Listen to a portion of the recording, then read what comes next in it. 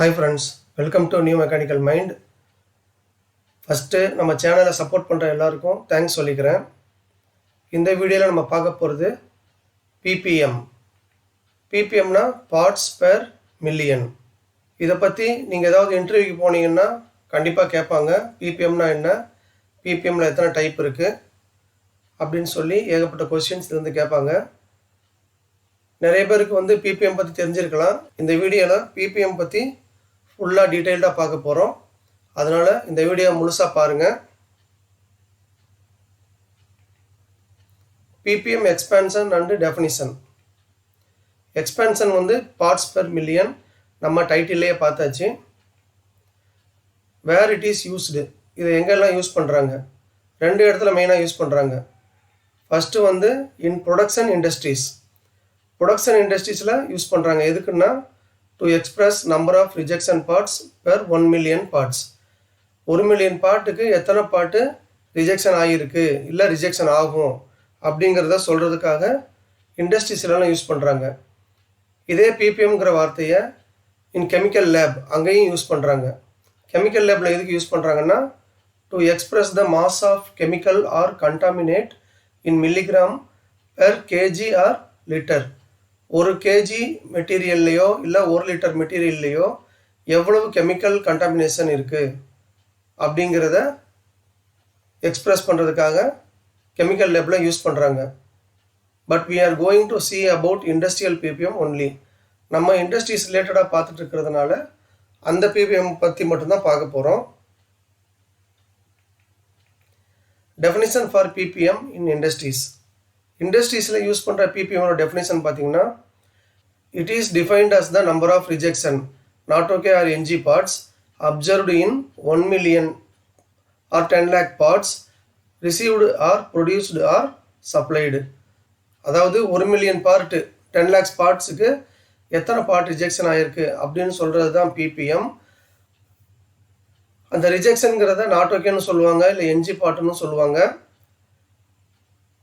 இப்போ நம்ம பார்ட்டை ரிசீவ் பண்ணுறோம், அதே மாதிரி பார்ட்டை ப்ரொடியூஸ் பண்ணுறோம், பார்ட்டை சப்ளை பண்ணுறோம். இந்த 3 ஆக்டிவிட்டி வந்து கம்பெனியில் நடக்குது. இப்போ ரிசீவிங்கில் எவ்வளோ ரிசீவ் பண்ணுறோம், அதில் எவ்வளோ ரிஜெக்ஷன் ஆகிருக்கு, அது ஒரு PPM டைப் இருக்குது.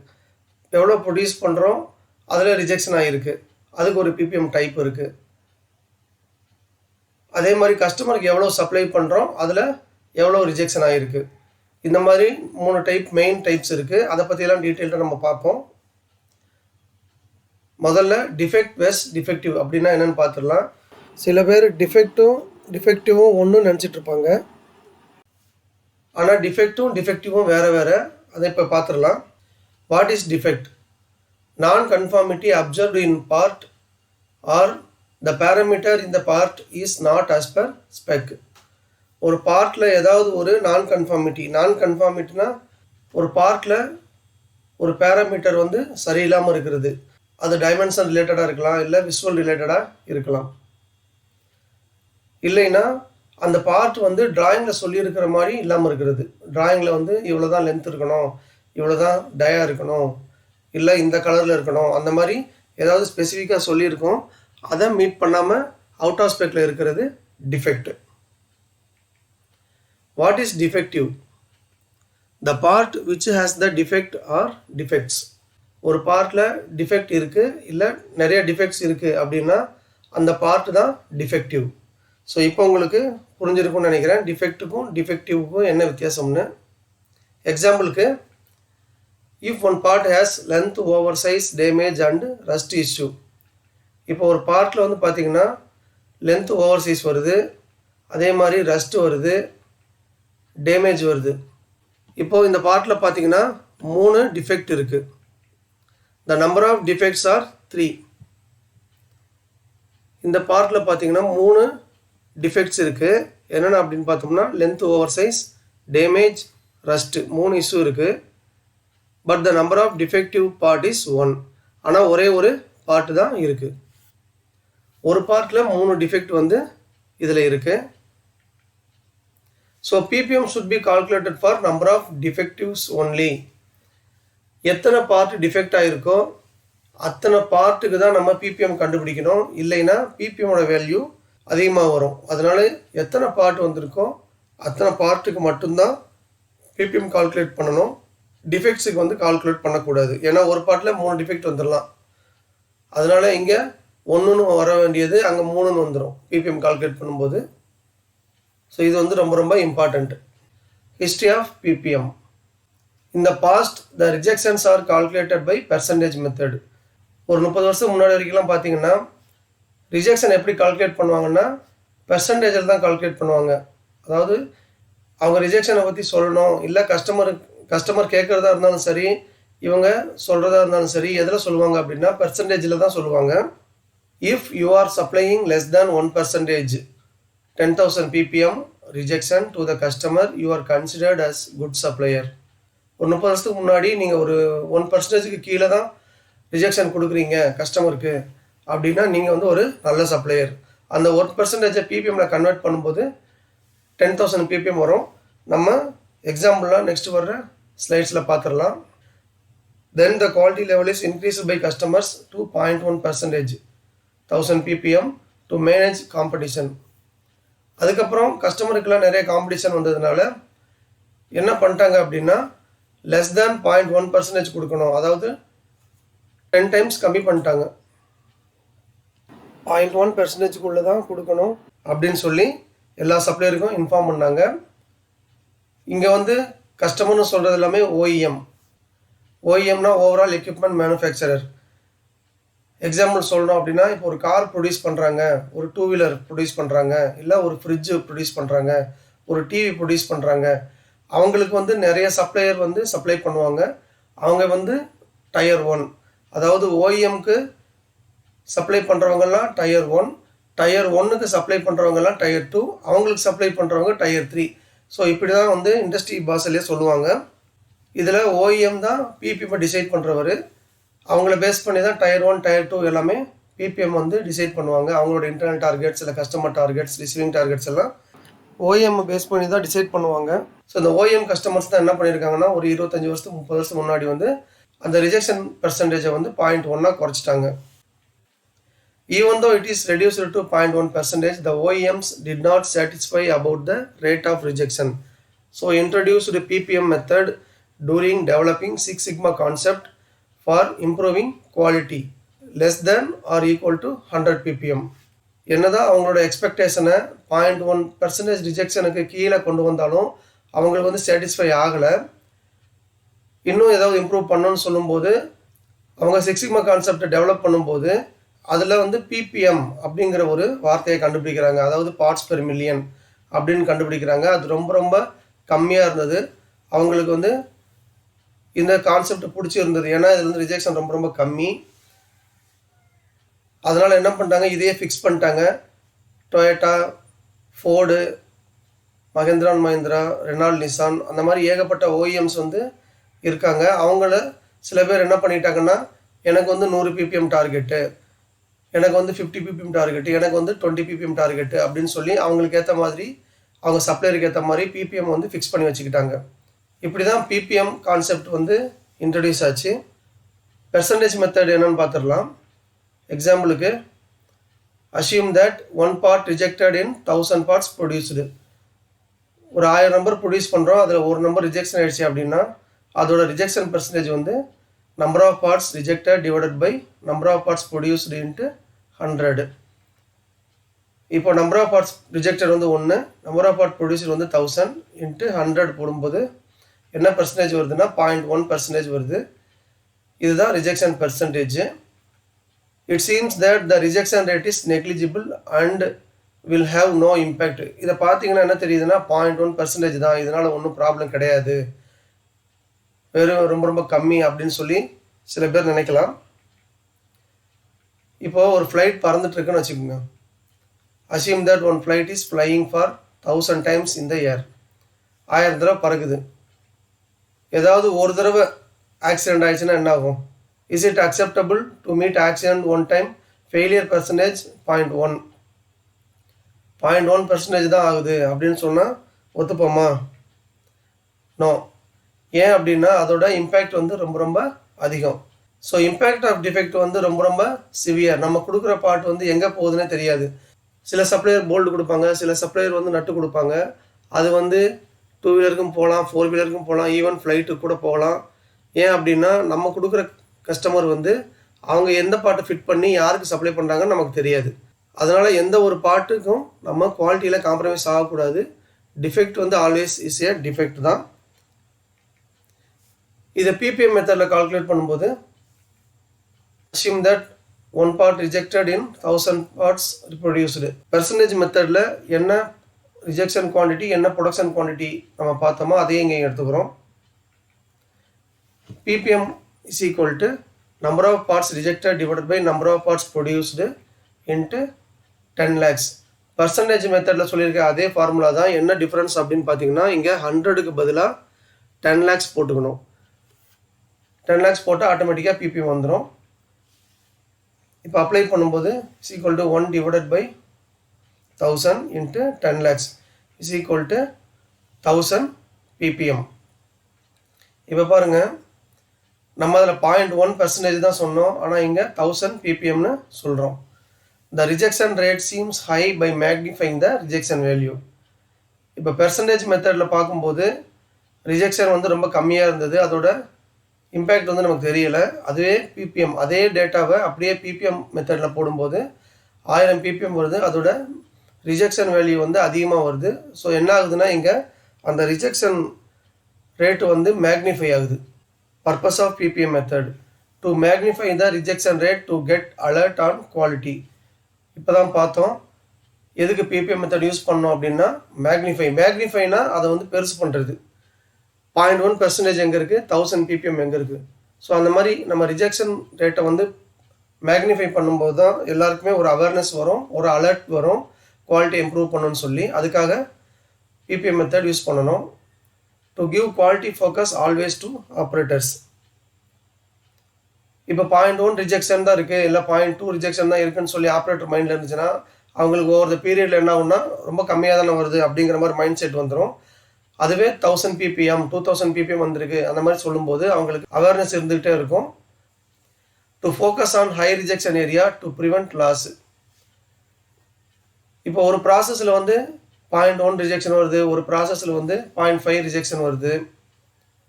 அந்த மாதிரி நம்ம பார்க்கும்போது 0.1 0.5க்கு வந்து நமக்கு பெரிய டிஃப்ரென்ஸ் தெரிஞ்சிருக்காது. அதையே நம்ம பிபிஎம்மில் பண்ணும்போது 0.1னா 1000 பிபிஎம், 0.5னா 5000 பிபிஎம். இப்போ 5000 வந்து 1000ஓட ரொம்ப அதிகம், அதனால அந்த இடத்துல ஃபோக்கஸ் பண்ணணும். இந்த மாதிரி ஃபோக்கஸ் பண்ணுறதுக்காகவும் பிபிஎம் மெத்தட் தேவை. To find out which process machine is creating trouble.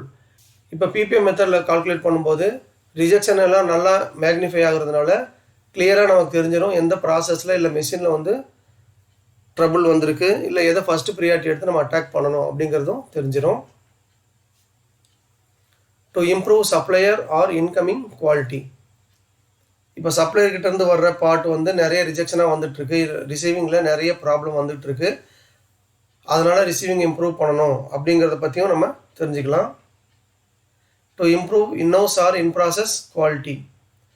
நம்ம ப்ரொடியூஸ் பண்ணுற குவான்டிட்டி எவ்வளோ ரிஜெக்ஷன் வர குவான்டிட்டி இதுக்கு பிபிஎம் போடும்போது எவ்வளோ ரிஜெக்ஷன் வருது, எவ்வளோ பிபிஎம் வருது, அதை பேஸ் பண்ணி நம்ம ஆக்ஷன்ஸ் எடுத்து இம்ப்ரூவ் பண்ணுறதுக்கும் பிபிஎம் மெத்தட் யூஸ் ஆகுது. To improve customer satisfaction by achieving 0 PPM in supply PPM or customer PPM. Now OEM expectation is less than 20 PPM. இப்போ கஸ்டமருக்கு நம்ம பார்ட் சப்ளை பண்ணுறோம், அவங்க சில பார்ட்டை வந்துட்டு என்ஜின் சொல்லி ரிஜெக்ட் பண்ணுறாங்க. நம்ம பிபிஎம் போடும்போது ஒரு பிபிஎம் வருது, அந்த பிபிஎம் வந்து customer PPM or supply PPM அப்படின்னு சொல்லுவாங்க. இப்போ சப்போஸ் கஸ்டமர் கொடுக்குற பார்ட்டில் வந்து ரிஜெக்ஷனே இல்லை, பிபிஎம் வந்து 0 அச்சீவ் பண்ணிகிட்ருக்கோம் அப்படின்னா அவங்களுக்கு ரொம்ப ரொம்ப சாட்டிஸ்ஃபைடாக இருக்கும், நல்ல சப்ளைன்னு சொல்லுவாங்க. அவார்டு கூட சில சமயம் கொடுப்பாங்க, கண்டினியூஸாக 0 பிபிஎம் மெயின்டைன் பண்ணால் அவார்டு கூட சில சமயம் கொடுப்பாங்க. ஸோ அந்த மாதிரி அவங்களோட சாட்டிஸ்ஃபேக்ஷனை வந்து நம்ம அச்சீவ் பண்ணுறதுக்காகவும் பிபிஎம் மெத்தட் தேவை. இப்போ ஓஇஎம் கஸ்டமரோட எக்ஸ்பெக்டேஷன்லாம் என்னன்னு பார்த்தீங்கன்னா லெஸ் தேன் 20 பிபிஎம்க்கு போயிடுச்சு. Types of BBM. பிபிஎம்மில் எத்தனை டைப் இருக்குங்கிறத பார்த்துடலாம். 3 மெயின் டைப்ஸ்.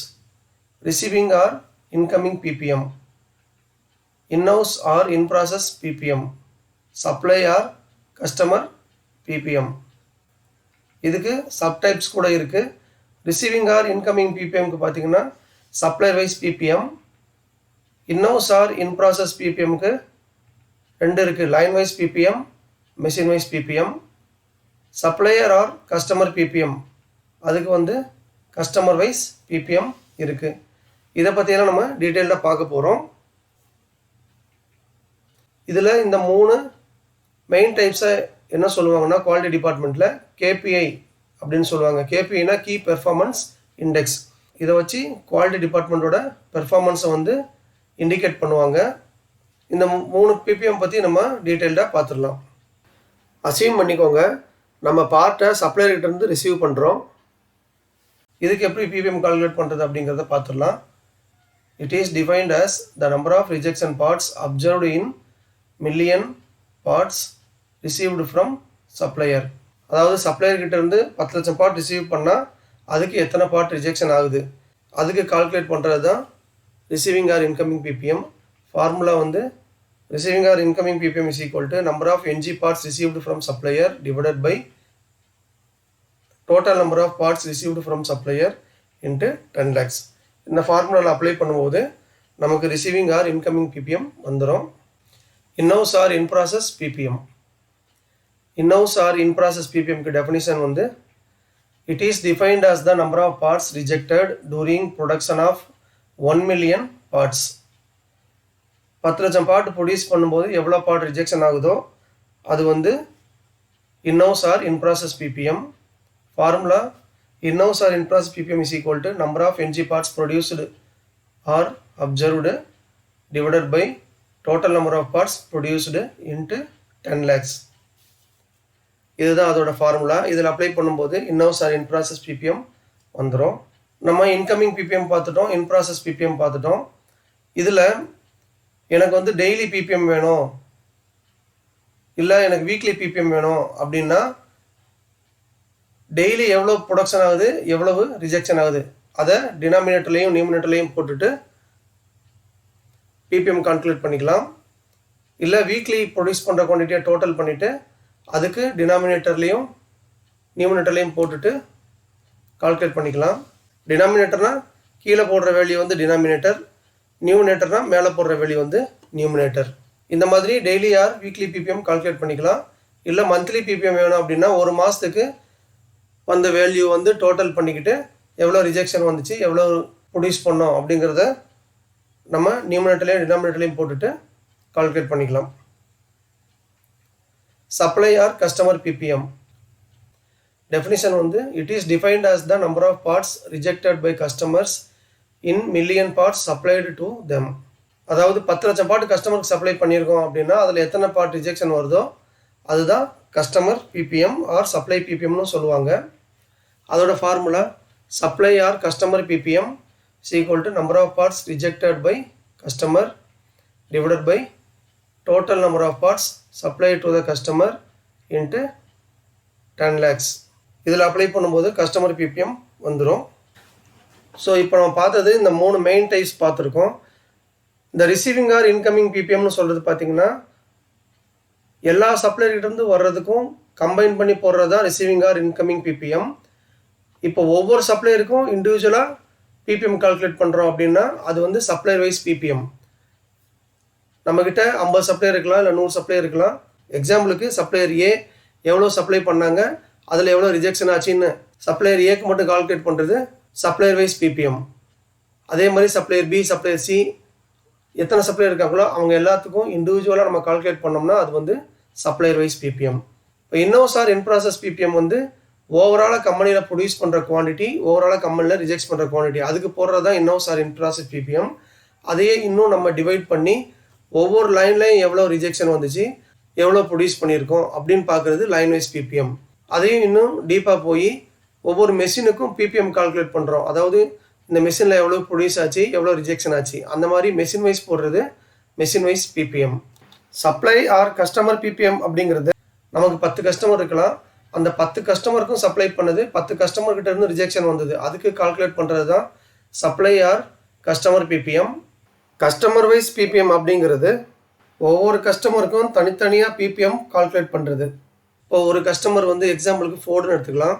அந்த ஃபோர்டுக்கு மட்டும் எவ்வளோ சப்ளை பண்ணியிருக்கோம், ஃபோர்ட்லேருந்து எவ்வளோ ரிஜெக்ஷன் வந்திருக்கு, அதுக்கு கால்குலேட் பண்ணும்போது ஃபோர்டோட பிபிஎம் தெரிஞ்சிடும். அதாவது ஃபோர்டோட கஸ்டமர் பிபிஎம் நமக்கு தெரிஞ்சிடும். இந்த மாதிரி ஒவ்வொரு கஸ்டமருக்கும் போடும்போது அது வந்து கஸ்டமர் வைஸ் பிபிஎம். இப்போ உங்களுக்கு டைப்ஸ் ஆஃப் பிபிஎம் பற்றி டீட்டெயிலாக புரிஞ்சிருக்கும். சரி, இது வரைக்கும் பிபிஎம் டைப்ஸ் எல்லாத்தையும் பார்த்துட்டோம். சில பிபிஎம் ட்ரெண்ட்ஸை பற்றி பார்த்துடலாம். Receiving or incoming PPM. இந்த மாதிரி தான் கம்பெனியில் பார்த்தீங்கன்னா ஒரு டேபிள் போட்டு மானிட்டர் பண்ணுவாங்க. இப்போ டார்கெட் பிபிஎம் என்ன அப்படிங்கிறத இங்கே மென்ஷன் பண்ணிடுவாங்க. எவ்வளோ குவான்டிட்டி ரிஜெக்ஷன் ஆச்சு, எவ்வளோ குவான்டிட்டி ரிசிப்ட் அதாவது ரிசீவிங் ஆச்சு சப்ளைட்டு இருந்தால் அப்படின்னு போட்டுருவாங்க. ஆக்சுவல் பிபிஎம் இங்கே நம்ம கால்குலேட் பண்ணியும் போடலாம், இல்லை ஃபார்முலாவும் கொடுத்துக்கலாம். இதில் டார்கெட் பிபிஎம்க்கும் ஆக்சுவல் பிபிஎம்க்கும் ட்ரெண்ட் போடுவாங்க. இது வந்து ஒரு இன்கமிங் பிபிஎம் ட்ரெண்டோட மாடல். இந்த வீடியோக்கு கீழே இதோட எக்ஸல் ஃபார்மேட்டோட டவுன்லோட் லிங்கை கொடுத்துருக்கேன். தேவைப்படுறவங்க டவுன்லோட் பண்ணி யூஸ் பண்ணிக்கோங்க. இப்போ டார்கெட்டை வந்து லைன் கிராஃபில் சொல்லுவாங்க, ஆக்சுவல் வந்து பார் கிராஃபில் சொல்லுவாங்க. இந்த டார்கெட்டுக்கு கீழே இருக்கிறது எல்லாமே க்ரீன் கலரில் ஹைலைட் பண்ணணும். டார்கெட்டுக்கு மேலே இருக்கிறத, அதாவது அவுட் ஆஃப் டார்கெட் போயிடுச்சு அப்படின்னா அதையெல்லாம் ரெட்டில் மானிட்டர் பண்ணணும். இது வந்து மேனேஜ்மெண்ட்டுக்கு இல்லை டாப் லெவலில் ப்ரெசென்ட் பண்ணும்போது ஈஸியாக அவங்களுக்கு அண்டர்ஸ்டாண்ட் ஆகிக்கும். அதுக்காக இந்த மாதிரி தான் ஃபாலோ பண்ணுவாங்க. இதில் பார்த்தீங்கன்னா டார்கெட் வந்து ஒரே ஈவன் டார்கெட்டாக இருக்குது. அதாவது த்ரூ அவுட் த இயர் வந்து சேம் டார்கெட்டாக இருக்குது. சில கம்பெனியில் என்ன பண்ணுவாங்கன்னா ஸ்டெப் டவுன் டார்கெட்டாக கொடுத்துருப்பாங்க. அதாவது 3 மாதத்துக்கு ஒரு தடவை இந்த பிபிஎம் இருக்கணும், 3 மாதத்துக்கு ஒரு தடவை இல்லை 4 மாதத்துக்கு ஒரு தடவை இந்த பிபிஎம் இருக்கணும்னு சொல்லி ஸ்டெப் டவுன் டார்கெட்டாக கொடுத்துருவாங்க. அதில் ட்ரெண்ட் வந்து இப்படி இருக்கும். இது வந்து ரிசீவிங் ஆர் இன்கமிங் பிபிஎம்க்கு. நம்ம எக்ஸல் ஃபார்மேட்டில் இந்த ஹைலைட்டாக இருக்கிற 3 ரோஸில் மட்டும் டேட்டாவை என்ட்ரு பண்ணால் போதும், ஆட்டோமேட்டிக்காக பிபிஎம் வந்து வந்துடும். ஃபார்முலாவில் இருக்குது. இன்னோஸ் ஆர் இன் ப்ராசஸ் பிபிஎம்க்கு ஏற்கனவே சொன்ன மாதிரி எவ்வளோ ரிஜெக்ஷன் குவான்டிட்டி வந்துச்சு, எவ்வளோ குவான்டிட்டி ப்ரொடியூஸ் பண்ணோம், அதை இங்கே மென்ஷன் பண்ணணும். ஹெட்டிங் வந்து பார்த்தீங்கன்னா இன்னோஸ் பிபிஎம் ட்ரெண்ட் அப்படிங்கிறத மாற்றிக்கணும். இதில் சேம் டார்கெட்டாக இருக்குது த்ரூ அவுட் த இயர். சில கம்பெனியில் வந்து ஸ்டெப் டவுன் டார்கெட் இருக்கும். ஃபைனலாக சப்ளை ஆர் கஸ்டமர் பிபிஎம். இதுக்கு ட்ரெண்ட் போடும்போது ரிஜெக்ஷன் குவான்டிட்டி, சப்ளைடு குவான்டிட்டி, நம்ம கஸ்டமருக்கு எவ்வளோ குவான்டிட்டி சப்ளை பண்ணமோ அதோட டீட்டெயில்ஸ் இது. பிபிஎம் வந்து இங்கே வந்துடும். இது கஸ்டமர் பிபிஎம்மோட ட்ரெண்டு. நம்ம கம்பெனியில் வந்து த்ரூ அவுட் த இயர் ஒரே டார்கெட்டாக வச்சுருந்தோம் அப்படின்னா லைன் கிராஃப் இந்த மாதிரி இருக்கும். இல்லை ஸ்டெப் டவுன் டார்கெட் வச்சுருந்தோம்னா இந்த மாதிரி இருக்கும். இது வரைக்கும் நம்ம பார்த்தது overall receiving, overall inhouse, overall customer PPM ட்ரெண்டை பற்றி பார்த்தோம். நம்ம ஒவ்வொரு சப்ளையருக்கும் மானிட்டர் பண்ணலாம், அதே மாதிரி ஒவ்வொரு லைனுக்கும் மானிட்டர் பண்ணலாம், ஒவ்வொரு மெஷினுக்கும் மானிட்டர் பண்ணலாம், ஒவ்வொரு கஸ்டமருக்கும் மானிட்டர் பண்ணலாம். டெய்லியும் பிபிஎம் போடலாம், வீக்லியும் கால்குலேட் பண்ணலாம், மந்த்லியும் கால்குலேட் பண்ணலாம். எல்லாமே நம்மளோட தேவையை பொறுத்து தான் இருக்குது. ஸோ இந்த மாதிரி பிபிஎம் ட்ரெண்டை ஃபாலோ பண்ணும்போது உங்களுக்கு நிறைய டீட்டெயில்ஸ் தெரிய வரும். மெயினாக குவாலிட்டி டிபார்ட்மெண்ட்டில் இருக்கிறவங்களுக்கு பிபிஎம் பற்றி கண்டிப்பாக தெரிஞ்சிருக்கணும். முதலே சொன்ன மாதிரி நம்ம ஒரு இன்டர்வியூக்கு தான் போனோம் அப்படின்னா அந்த இன்டர்வியூவில் இந்த மாதிரி பிபிஎம் பற்றி டீட்டெயிலாக கேட்பாங்க. பிபிஎம் வந்து one of the main question in interviews. அதனால் இதை பற்றி டீட்டெயிலாக தெரிஞ்சுக்கோங்க. நீங்கள் ஒர்க் அவுட் பண்ணியும் பாருங்கள். அப்போ தான் நல்லா உங்களுக்கு மைண்டில் வந்து ரெஜிஸ்டர் ஆகும். ஓகே ஃப்ரெண்ட்ஸ், இதோட PPM parts per million video முடியுது. இந்த வீடியோ உங்களுக்கு யூஸ்ஃபுல்லாக இருந்திருக்கும்னு நினைக்கிறேன். இந்த வீடியோ உங்களுக்கு பிடிச்சிருந்ததுன்னா லைக் பண்ணுங்கள், உங்கள் ஃப்ரெண்ட்ஸ் எல்லாத்துக்கும் ஷேர் பண்ணுங்கள். இது வரைக்கும் நம்ம சேனலை சப்ஸ்கிரைப் பண்ணாதவங்க உடனே சப்ஸ்கிரைப் பண்ணுங்கள். அப்போ தான் அடுத்த வீடியோ அப்லோட் பண்ணும்போது உங்களுக்கு நோட்டிஃபிகேஷன்ஸில் உடனே வரும். உங்களுக்கு ஏதாவது டவுட்ஸ் இல்லை கமெண்ட்ஸ் இருந்ததுன்னா அதை கமெண்ட் செக்ஷனில் போடுங்க. மறுபடியும் அடுத்த வீடியோவில் மீட் பண்ணலாம். தேங்க்யூ.